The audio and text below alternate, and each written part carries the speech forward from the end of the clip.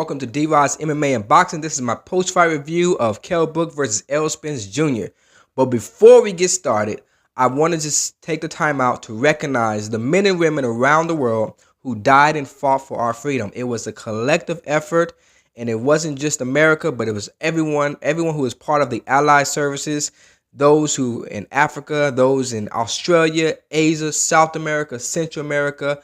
I just want to take time to think about and remember those who died and fought for us. And thank you to the men and women who are on the battlefield right now as we speak, giving up their lives for us so that we can enjoy our freedom. Shout outs to all those in Baghdad that watch my videos. I just want to say this, that I keep you guys in my thoughts and my prayers, and I make that declaration that I will continue to pray for you and your family and for prosperity and for your well-being, for your protection. And I hope that every single last one of you make it back home to your loved ones. And that's my biggest thoughts and prayers for you. Now, let's get to this fight. What an exciting fight. Both men should be remembered in just for their heart, their grit, their determination, their skills, their testicular fortitude. It should never be forgotten what these two men laid on the line Saturday night. Now, I enjoyed the fight from start to finish. In the old days, both these men would be hoisted on shoulders and just paraded around town and admired for their hard work. It was that good of a fight. Shout outs to Errol Spence. He deserved all the credit in the world. He went out there, he did his thing, he fought like a brave man, and a lot of us wonder, what would he do if he took a punch? How would he respond? And man, he took those punches on the chin like a grown man, and he just kept on coming forward like a boss. He deserved all the credit in the world. I would like to see him fight one of my favorite fighters, which is Shawn Porter. His style mirrors a lot like Shawn Porter. I would like to see the both of them. I believe the winner of Shawn Porter and Errol Spence should get Keith Thurman. That's my opinion. But let's get down to this breakdown. Now, I can't give you guys a full, thorough breakdown until Saturday, and I'm gonna tell you why. If I put the breakdown down now, they're gonna take the video down. They're gonna give me a copyright strike, and we don't want that. I've been having a hard time fighting these channels, actual channels, news channels and things of that nature, of letting me show you guys highlights from the fights. They don't like it, and I'm trying my best to stay within my rights to break the fight down and to keep you guys entertained. It's very difficult. That's why I'm taking a gamble putting the fight out on Saturday, because I'm not sure if it's going to be too soon, but I'm gonna try, and I'm gonna see what they do. Saying that, if you guys saw my pre-fight video was basically a list of things I thought that Kell Brook needed to do to win the fight, and he did it. I mean, he came out blazing with his right hand. He ended up throwing his jab hard and frequently, and he was landing hard shots on Errol Spence, and he was doing all the right things. He was walking him down. He was staying off the ropes. It's just that, for me, the difference of the fight had nothing to do with heart or attrition, as most people said it was. It was just the skill set. Kell Brook, the little things he did as far as keeping his hands down and being off balance. For example, you see him jumping up into Errol Spence, exposing his body to body punches. Those little things that he was doing, he was able to land maybe one shot at a time, but he wasn't able to put together multiple shots. And one thing that you guys have to think about, this is professional prize fighting. These guys can take at least one shot on the chin. Amir Khan, for example, not known for his chin, took multiple punches from Canelo Alvarez before that one good shot laid him out. So landing one shot is just not enough. My instructors used to tell me all the time, one shot is not enough. One shot's not enough. You got to land multiple shots. And in this fight, Errol Spence was able to land 3, 4, 5. He was able to put together multiple punches to both the body and the head. Heard someone said this was a war of attrition. Let me give you guys what I believe attrition is. The basis of attrition is hope. And that's my opinion. I repeat, that's my opinion. Again, that's my opinion. The basis of attrition, in my opinion, is hope.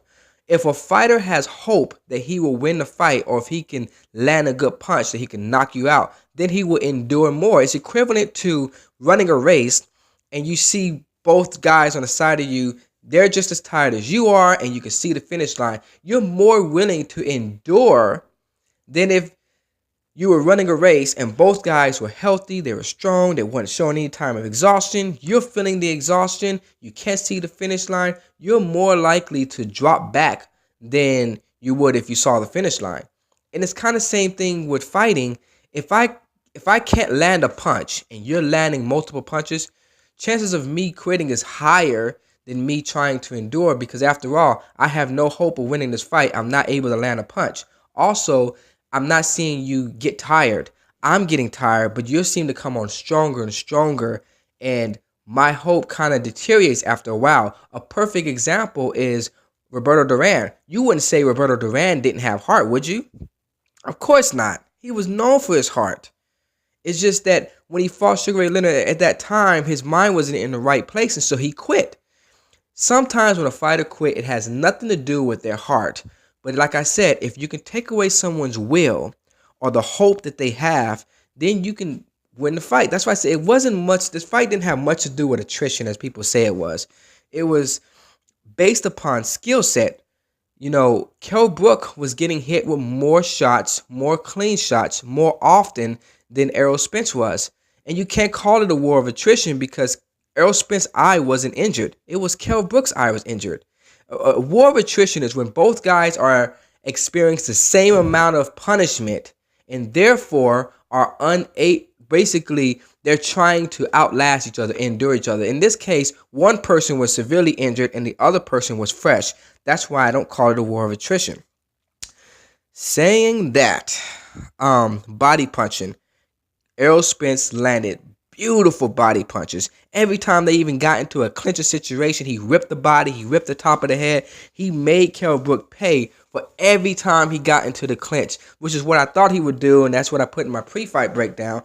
And Kell Brook just wasn't able to issue out the same amount of punishment. If you look at Kell Brook, the way he was throwing his punches, it seemed like he was landing the punches, whereas Errol Spence was like ripping through the body. It was like watching a fire jet take off and just land straight into the body. It was hard body punches. He had a lot of snap to it. At least it appeared in my eyes. Errol Spence is an exciting fighter though. He fights like he's the underdog. Usually you'll tell the person who had less skills, less physical attributes to be the one to fight like a dog, to get on the inside, whip the body, attack the body every time you get the chance. Well, he was that person. You normally don't tell the more gifted fighter to do that. You normally tell them to stay outside, use your speed, use your skill. He didn't do that. He was fighting like he was the underdog, like he had to win this fight by knockout. That's what makes him so exciting. He wasn't trying to fight like a pretty boy. He was just in there to just take the fight from Kell Brook. Now, as far as Kell Brook being tired, he didn't look more tired than normal. And let me explain to you guys what I believe weight drain is. Every fighter deals with some form of being weight drained. If you cut down to weight, you're going to deal with some form of weight draining. Very few fighters actually have to deal with weight draining. Good example is Andre Ward. His first fight, his rehydration weight was 163 pounds. The catch weight was 165 pounds. So he didn't have to deal with the rehydration issues at that time. Floyd Mayweather, he doesn't have big, huge rehydration. He normally stays within 5 to 10 pounds of his weight limit. Guillermo Rigondeaux, his rehydration weight, I think his is like 123. He stays very, very close to his weight. He doesn't cut down big, heavy. He's actually smaller than the guys he fight. But usually every fighter deals with some type of rehydration issue. And it's up to the fighter to know where their body's at and how to adapt to it.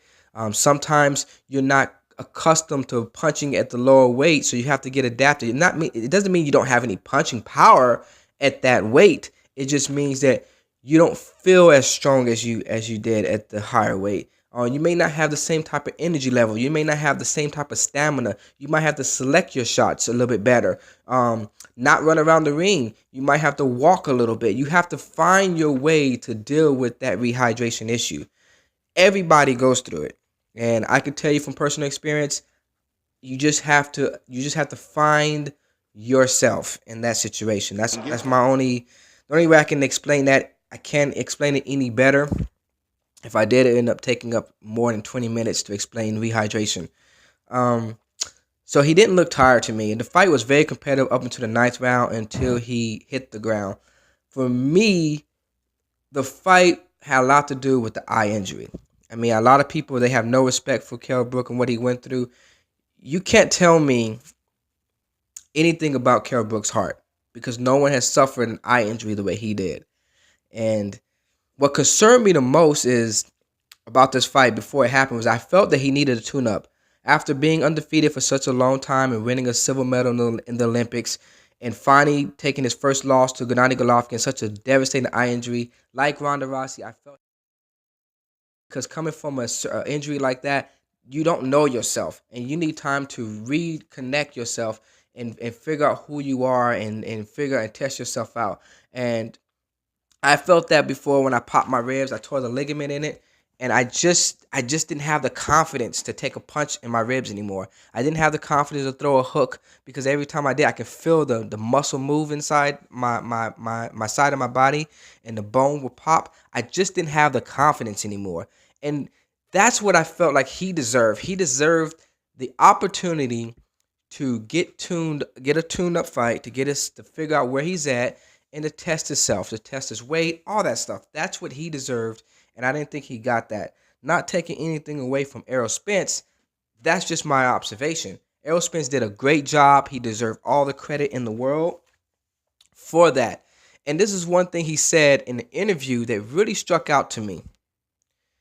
If you listen to the interview, he mentioned about the Gennady Golovkin fight. He mentioned how he likened the injury to what he felt like with the Gennady Golovkin, and that's what I was talking about. The moment he got hit in the eye, and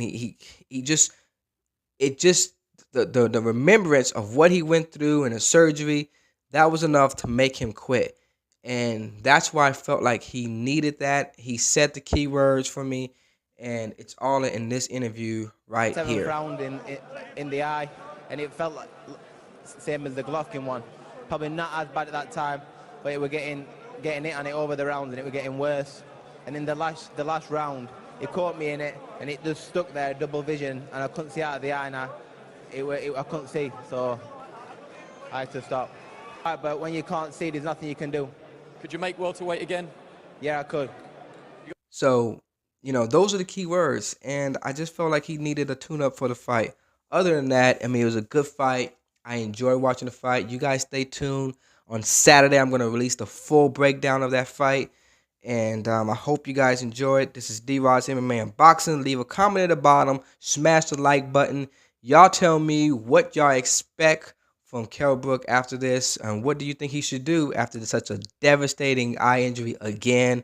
Also, for those who Errol Spence fans, tell me who y'all want to see Errol Spence fight next.